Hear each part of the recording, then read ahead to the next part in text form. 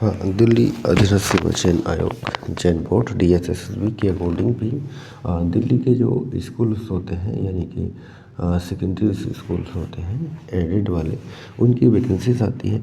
ठीक है, तो उनके लिए काफ़ी पद इकट्ठा हो गए हैं, काफ़ी टाइम से वैकेंसीज नहीं आई है TGT PGT एंड PRT की अलग अलग। पर यहाँ पे एज लिमिट का थोड़ा बाउंडेशन है, एज काफ़ी कम मांगते हैं 21 to 30 और PGT में है। ठीक है, ये TGT एंड PRT की से है और उसमें 35। और इसमें ध्यान रखना होगा क्योंकि सीटेट भी मांगा जाता है TGT पोस्ट के लिए।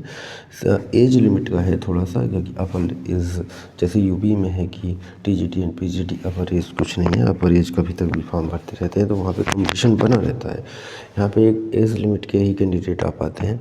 ठीक है, पेपर का पैटर्न, इसकी भी वैकेंसी आने के चांसेस बने हुए हैं फरवरी के बाद, मार्च एंड अप्रैल में। तो मार्च अप्रैल में NBS के DSSB काफ़ी बड़ी वैकेंसी देखने को मिलेगी, तीनों से अलग अलग पैटर्न, तीनों का लगभग सेम है।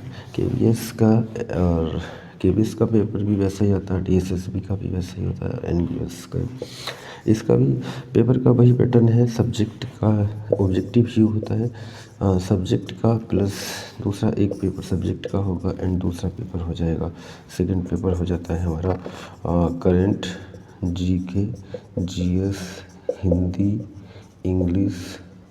ठीक है, एंड थोड़ा वो सब्जेक्ट का भी डाल देते हैं हल्का फुल्का, एंड रीजनिंग भी यहाँ पे डाला जाता है। ठीक है, एंड टीचिंग एप्टीट्यूड एंड बाल मनोविज्ञान। इस तरह से ये सारी चीज़ें इसमें रखी जाती हैं, इनको कंबाइंड करके एक पेपर बनाया जाता है, एक सब्जेक्ट का पेपर बनता है। तो काफ़ी अच्छा पेपर यहाँ भी रहता है और बहुत बढ़िया। यानी कि जो सब्जेक्ट का एक तो कॉमन पोर्शन है, तो कॉमन पोर्शन जो है, कॉमन पोर्शन सभी के लिए अप्लाई है, सभी जितने भी सब्जेक्ट है सबका एक जैसा होता है। ठीक है, सब्जेक्ट का अलग अलग है, जैसे कौन सा भी सब्जेक्ट होगा, मैथ है तो मैथ के लिए, साइंस है तो साइंस के लिए, हर सब्जेक्ट का इसमें अलग अलग पैटर्न्स, अलग अलग पेपर्स होता है। ठीक है, तो काफ़ी बड़ी बड़ी वैकेंसी देखने को मिलेंगी TGT PGT DSSB के लिए, NBS के लिए।